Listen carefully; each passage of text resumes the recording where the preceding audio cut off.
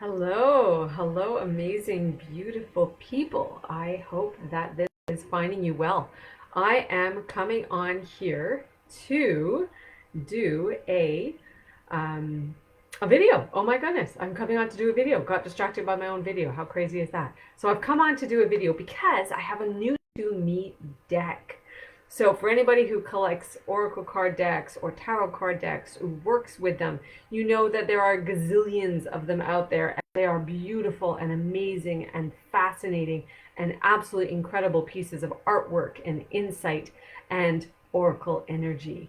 You may also know that at some point we have to limit how many decks we have because otherwise we have a million. And they take up a lot of space, and they also take up a lot of energy because we work with them or we choose which ones. So I'm really careful about which decks I bring into my home, bring into my space, and I try my best not to bring in new ones unless they really catch my attention. So I do have some I don't work with at all. So at some point it will be to look at which ones stay, which ones no longer stay. And sometimes they come in later, even if I don't expect them to. They come in because they have a different energy that needs to be worked with in a time frame or in a specific moment of the year. So we are right now recording on October 14th. We've just had the peak of the new moon and a solar eclipse here. I'm in the Montreal region. I'm just outside Montreal in Quebec, Canada. And this wanted to be recorded today. I have a lot of things on my plan today, but this wanted to be recorded before I get to personal stuff, house stuff, garden stuff, and all of that. So I hope that you are having a wonderful weekend, Saturday, or any day when you watch this. Doesn't have to be watched today, whenever day is good for you. So, I love finding something fabulous and beautiful and valuable secondhand, meaning that it's new to me, it gets a new life, it gets passed to someone, from someone who is not utilizing it or has finished utilizing it, to someone who is going to explore, play, discover, and utilize it on a regular basis, or at least find out, is it going to be used? So when I saw this deck come up on a local selling website, I use Garage Sale in our area. When I saw it, oh no, it wasn't on Garage Sale, my apologies. I do use Garage Sale, but this is actually a group. It's a auction group that is called, I think it's Buck and More Bidding on the West Island of Montreal. And I saw it come up, and it's by a contact. I didn't know her name, so I was so excited because she's got beautiful energy, and she is just, her time with this deck has finished. I know of the deck because a friend of mine uses it and has used it and read for me with it a good number of years ago. So I was super excited. So what deck am I talking about? Well, you already know because you saw the post. But if you haven't seen it, this is the deck I am talking about, the Halloween Oracle. It's a deck by Stacey Demarco. I do not own any other decks by Stacey Demarco. Okay. It's called the Halloween Oracle, and the secondary line says, lifting the veil between the worlds every night. Woo! So as you know, we are in October. I am recording this in October. So we are a little bit over 2 weeks out of the Halloween Samhain phase. As I said, we've had new moon today with a solar eclipse. In 2 weeks, we have full moon with a lunar eclipse.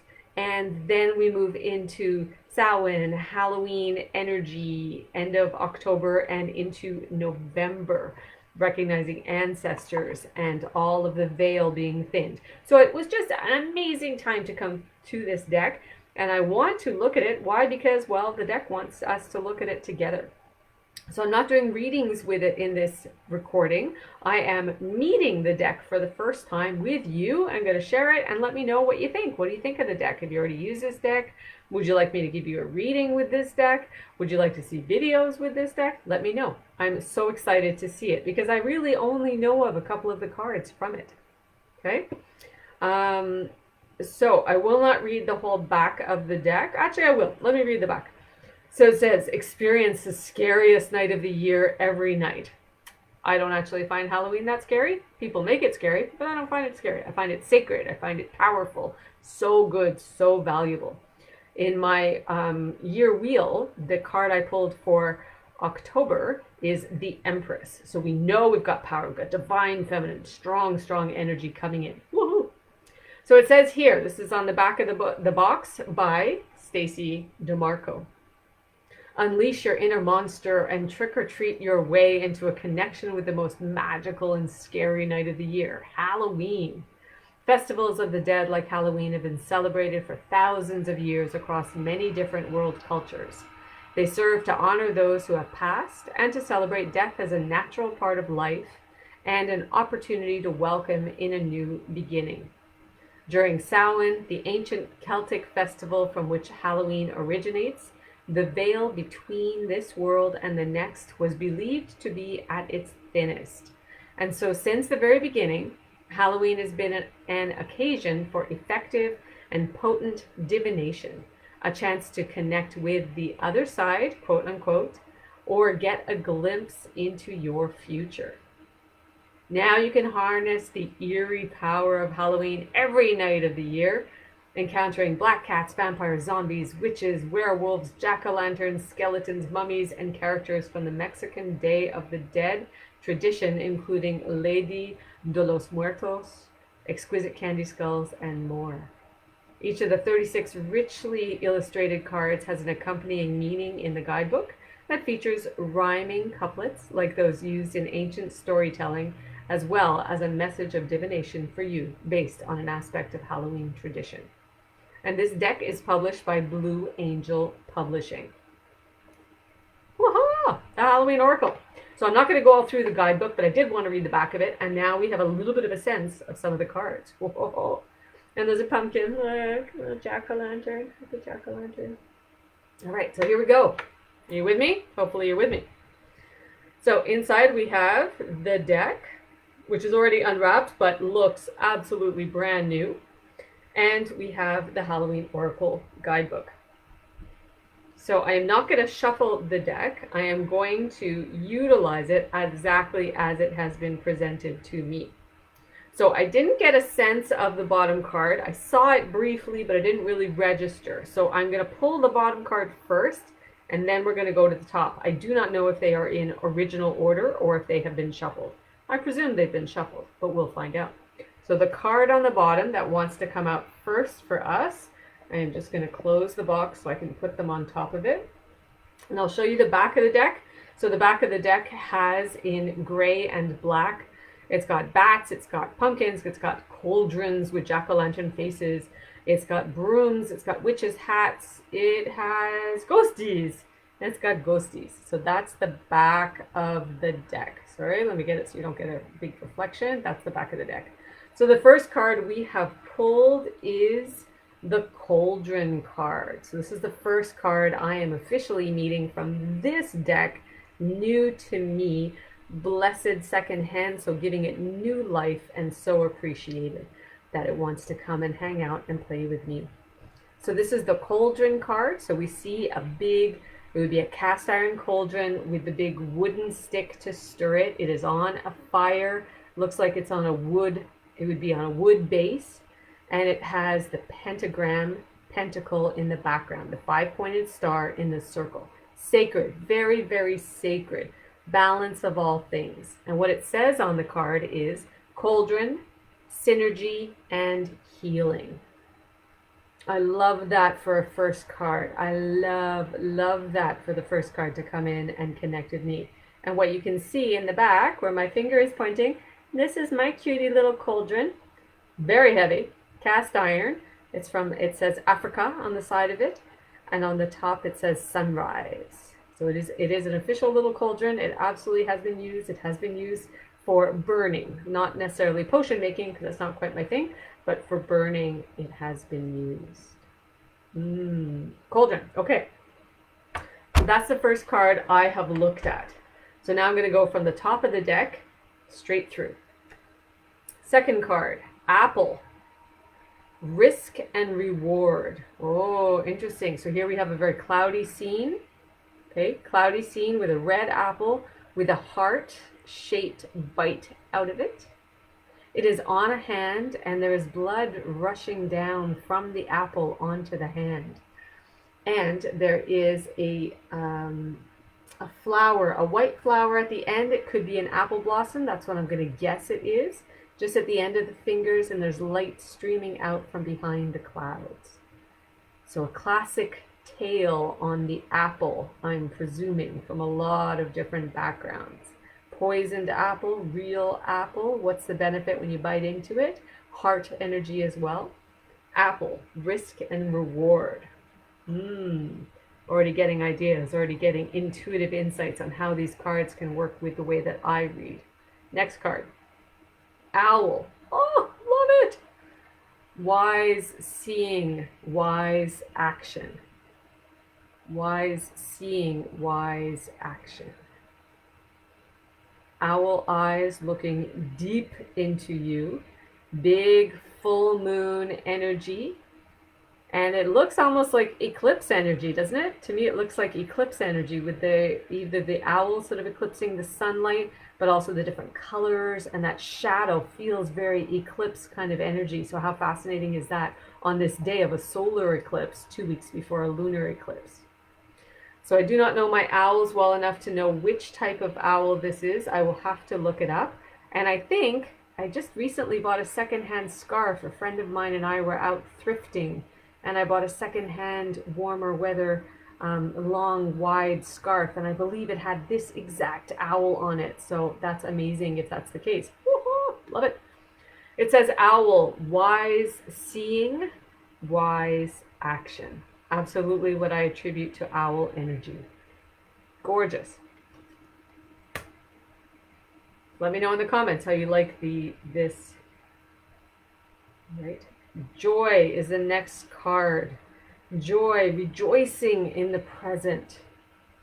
So autumnal energy, autumn energy, fall energy with leaves that are being released from the trees going into their orange and brown colors.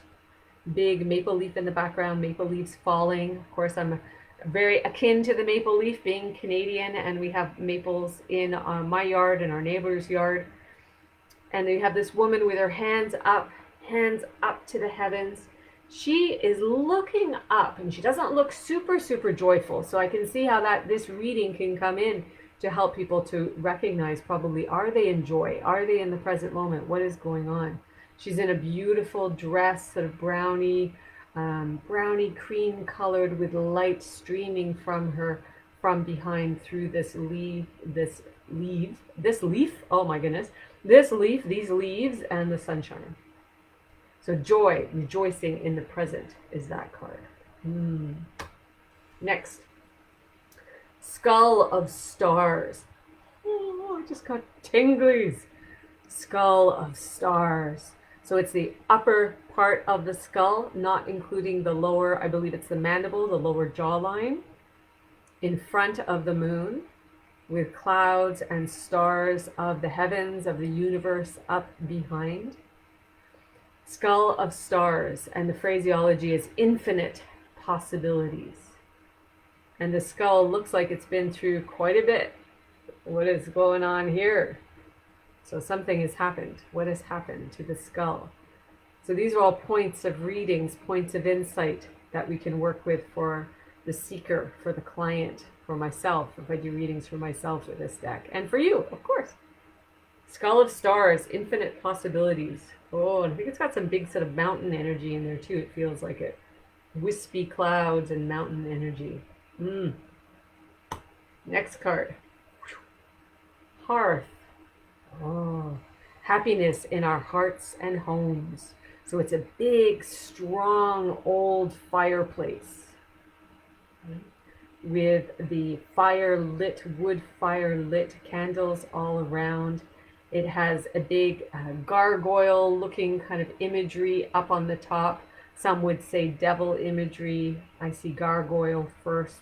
So they can be protectors, of course, protectors against things that we do not want in our hearth and home. Bread ready. 1 candle is not yet lit. 3 candles are lit in the picture. The fire is active, and it says hearth, happiness in our hearts and homes. Beautiful and powerful.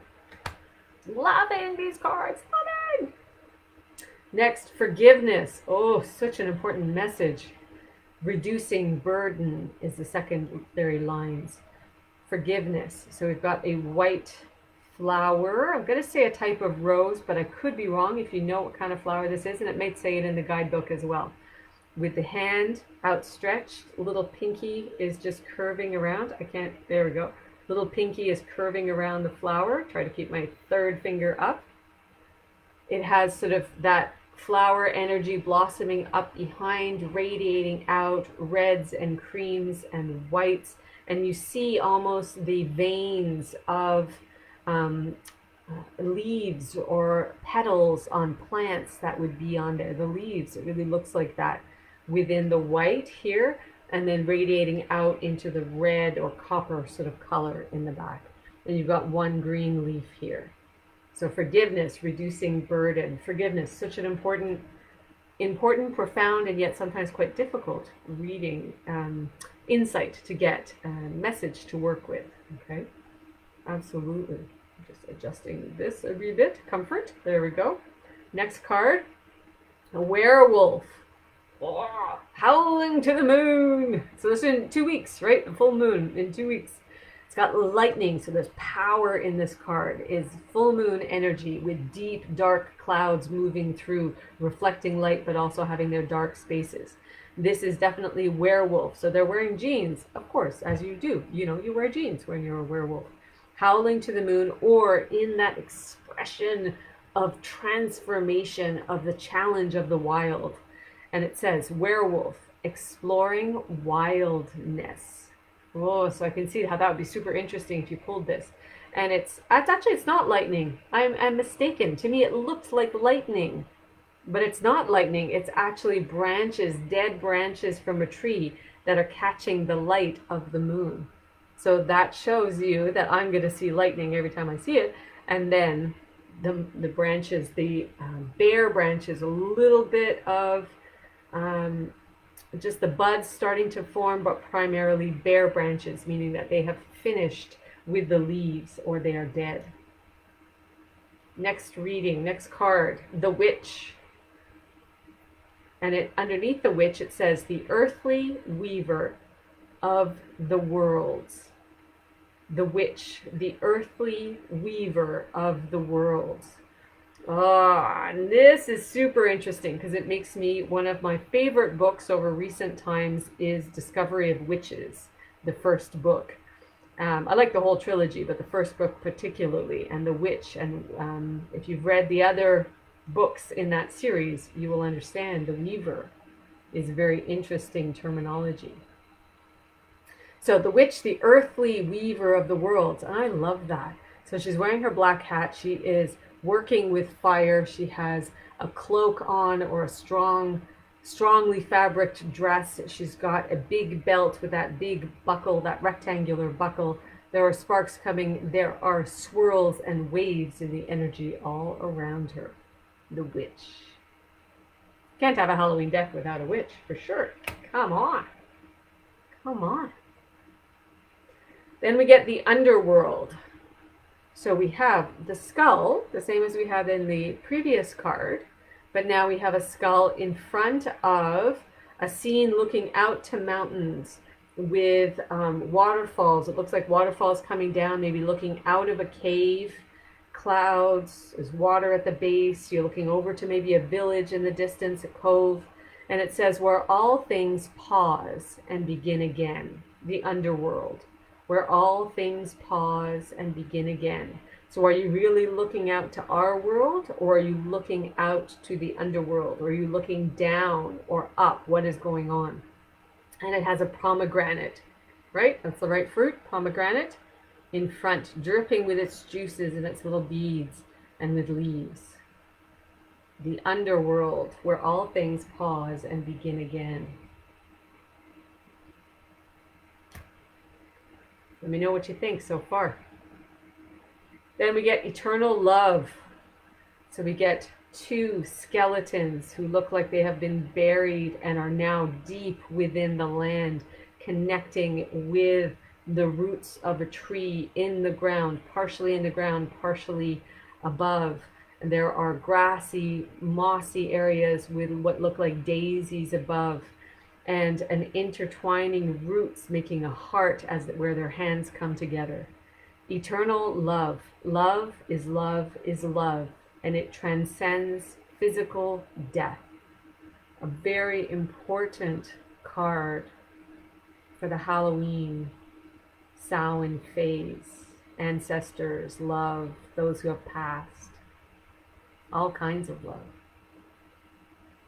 Eternal love. Love is love is love, and it transcends physical death.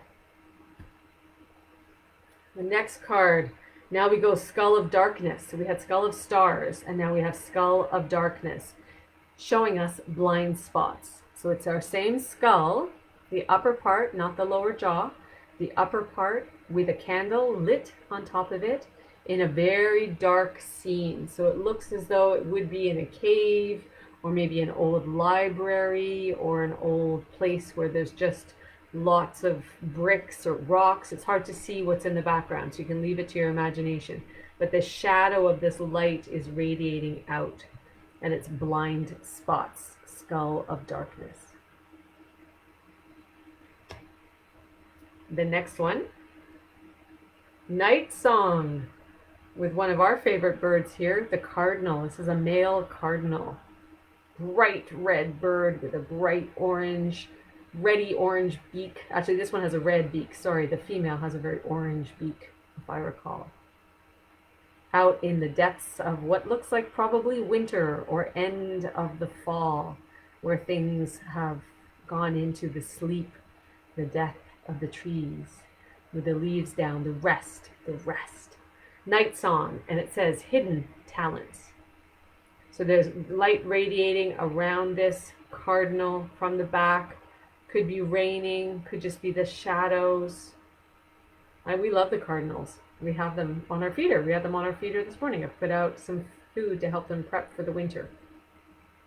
Amazing. I'd love to also look and see what the interpretations are going to be to all this on the in the book, right? In the guidebook. So here we have the next card, Lady de los Muertos, acceptance and equality. Lady de los Muertos, acceptance and equality. With her painted face, the roses in her hair, very dressed up, very elegant. She's got lace, it looks like lace going down her arms, a black bodice, and a black lace fan. Classic, beautiful, and powerful. Acceptance and equality. All right, how are you doing? I love this. This is fun. I've never done this before. This is super fun. Next card. Ooh, Skull of Light. Illumination. Skull of Light, radiating the circles of light around it with sparkles in the background, mauves and lilacs and pale pinks, and the stars also. Skull of Light, illumination. So it's the same skull, but being shown, I believe it's the same skull, it looks the same, in different cards representing different things, helping us to see different aspects of what we would be reading or what the person, the seeker, needs. And then right here, winter, the sacredness of pausing. So here we have that maple leaf again, that autumn, end of autumn, and now we've moved into winter with probably the big sun, the sort of cold sun, could be a moon, but I think it's a cold sun. Then you have almost like the frosty version of the leaf up in the back. You've got snow-covered, ice-covered mountains, frozen water, the reflections of the glittering snow, and winter says the sacredness of pausing. The sacredness of pausing. So for some, if you don't know, Samhain or Halloween, for anybody who follows a sort of Celtic Celtic tradition, there we go, the Celtic tradition, it is New Year, it represents New Year as we head to that darkest phase and then into winter before the light starts to come back, before we start to gain back into life and growth and awakening. There is that deep pause, and this is what it is. The sacredness of pausing, excuse me, represented by that big maple leaf who has come to the end of its living journey, but will now continue on to work with the earth and the land and creatures in other ways. Next, scrying, intuition. So we see a crystal ball, candles. The crystal ball is on its own lovely base. There's a bone in front of it. There are what looks to be clear quartz crystals, sort of more formed crystals at the bottom. There's a pentacle, pentagram shape here. And the scrying says, scrying, not crying, scrying, sorry, says intuition. I'm a highly emotional person, so crying is always involved when we talk about emotions or intuition. So scrying, intuition, bones. So looking for info, right? And looking into the water or the crystals to find those insights. And it's in that crystal, you can see sort of imagery of something. So what's showing there? Is it a mountain scene? Is it a desert scene? Is it sort of reds and purples and deep colors? Beautiful. Then we get trick or treat, mischief and play. So here in front of a big old sort of classic Halloween type house, we have two people, two young people, one dressed up as your classic sheet over the head ghost and the other as a gargoyle, I believe. It looks a bit like that gargoyle from the fireplace, from the hearth card. They've got their jack-o'-lanterns ready to collect. There are other jack-o'-lanterns of different colors and faces around.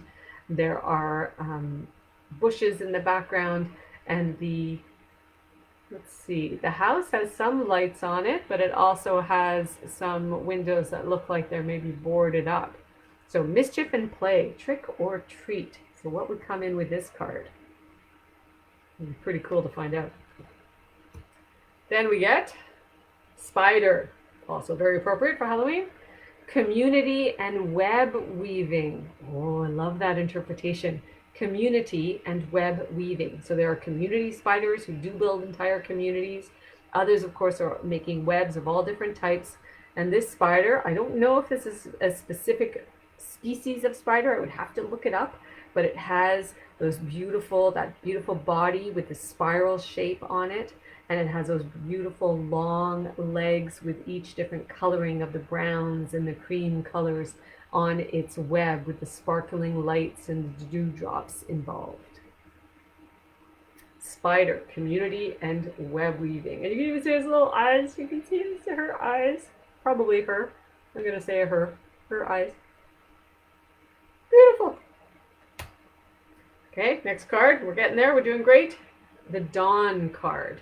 So here we get our owl coming in, bringing in the dawn. So the rising sun over a meadow scene with forest and rocks and water, and maybe a little area of either fire or sort of autumn colors, those rich oranges, clouds moving away. And it says the light after the darkness, dawn. The light after the darkness, with an owl once again, with its little feet together as if it's reaching down for something. Next card, skeleton. So we've had our skeleton come in a few times, and now he's missing a couple of extra teeth in just his skull. But the actual skeleton part has full teeth. So, and he doesn't have that big hole in his head when he's a full skeleton. Thankful for him. So we've got lights behind, but we've also got notes as if somebody has been writing in their ancient journal, learning about the skeleton. What does it mean? What is it? How does it connect? What does it represent? And the secondary word of this card is strength. Skeleton and strength. The bones. How the bones last. How they continue to tell stories. How they continue to give us information and how they hold us up. Strength. Then we get ghost. So this ghost card looks like it would be a ghost that one would see walking. So a woman who is continuing her walk, although she's passed, she's continuing to show herself to the living in a ghostly form, in a long white dress with her hands sort of facing forward as if they're in struggle, looking up as if she's in struggle towards the light, but not quite going there. In an old home with bright lights, And the secondary word, as the light comes in to show her, is regret. Ghost, regret. So what is being held on? Is not letting go. The next card, invisibility. Oh, authenticity. What a fabulous looking card. So it's a cloak, but you can't see who's in it. There's no face, there's no hands, there's no skeleton. The light is shining all around it, or it is emanating light. And it says invisibility. But then the secondary word is authenticity. So those would be such strong messages together to interpret for people. Invisibility and authenticity. Oh, I love that. I love that.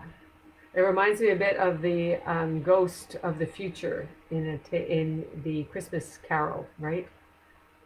The ghost of the future, who is often depicted as only black face, black hands, and maybe a skeleton sometimes.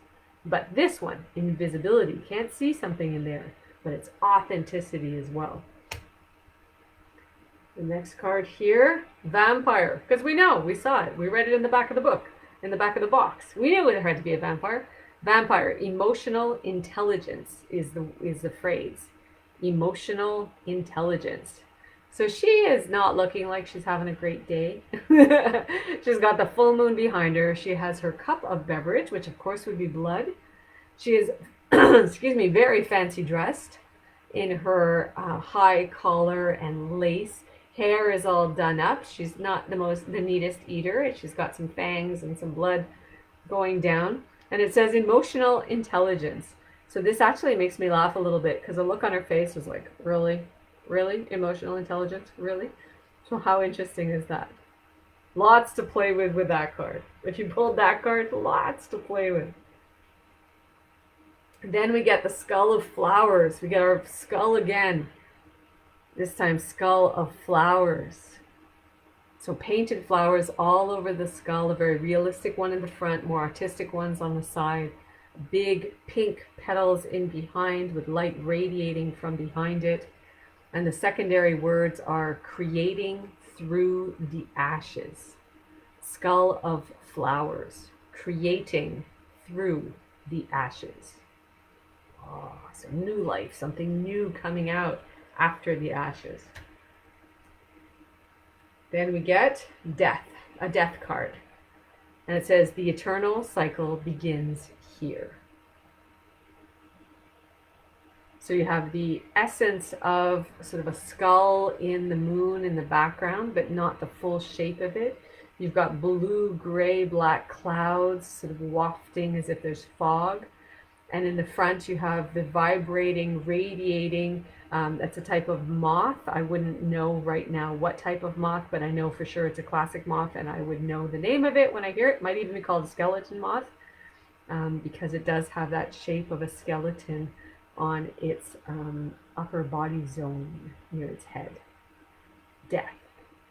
The eternal cycle begins here. So it begins with death. It doesn't end with death. It begins with death. That's a fascinating way to look at it, and it's a great reminder for all of us. Then we go into the veil. So we consider this time of the year as the thinning veil. The veil thins. So the veil says the future underneath it. And this is a blonde woman with her hair flowing all around her. She has very full lips, and she has a red sort of bandana or veil just over her eyes. But it's interesting because you can't quite see, does she have eyes? Are her eyes closed, or is there a mystery there? Can she not see? Does she not have eyes?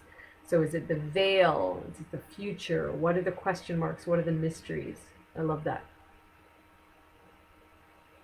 A lot to work with that card as well, which is what I do, right? I work with different aspects of the cards that show themselves. And then we get graveyard, also very classic for Halloween, as people create makeshift graveyards on their front lawns, front yards. So we've got the moon again, and this also has a bit of an eclipse kind of feel to it, because it's got that reddish, yellowish color to the moon with the clouds around. You've got 3 different gravestones, all saying rest in peace. The one in the front has the classic cross with the IHS on it. The other ones are just a stone, and the other one is a full cross in itself. We can't see all of the writing, but we could start to try to interpret it. But interestingly, some of the writing is upside down on this center gravestone, and some of it is right side up. So there's messages in that as well. And then you've got the ground and the grass and the flowers that would be present around these gravestones. And it says graveyard, unnecessary fear. Unnecessary fear. So not necessary fear, unnecessary fear. The next card, oh, gorgeous card, ancestors.